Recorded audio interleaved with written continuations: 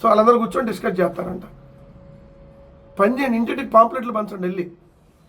అప్పుడు కానీ మీకు దేవుడు ఎట్లా వేయాలి శిక్ష వేస్తాడు.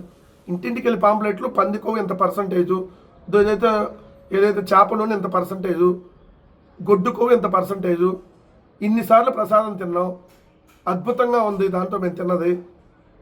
అసలు ఏం మనుషులు, సిగ్గు శరం కొంచెమన్నా ఉండాలి కదా.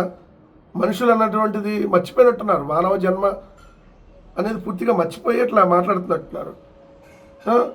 బయటేమో జంతుకో ఉందని తేలిన బొకాయితుంది అంటారు, లోపలేమో కొద్దిసేపు కల్తీనయ్యి అంటారు.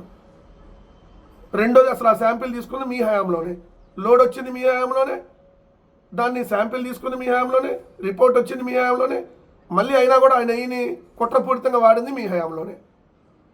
కానీ ఫేక్ ప్రచారాలకి అద్భుతంగా తెరలేపుతుంది కూడా మీ హయాంలోనే. దీని మీద కదా ముందు రాయాల్సింది. క్రిమినల్స్ మీరు 22 మంది క్రిమినల్స్ క్యాబినెట్లో ఉంటే ఇట్లానే ఉంటుంది.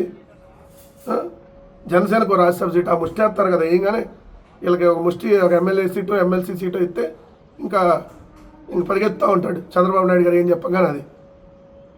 అది నిన్న ఒక వీడియో విన్నా, వాళ్ళ జనసేన ఎమ్మెల్యేలతో పవన్ కళ్యాణ్ చెబుతూ జగన్ గారికి ఏం సంబంధం ఉంటుంది కదా దాంట్లో అని చెప్పాడు. మరి జగన్ గారికి సంబంధం అని మొన్నటిదాకా మాట్లాడారు.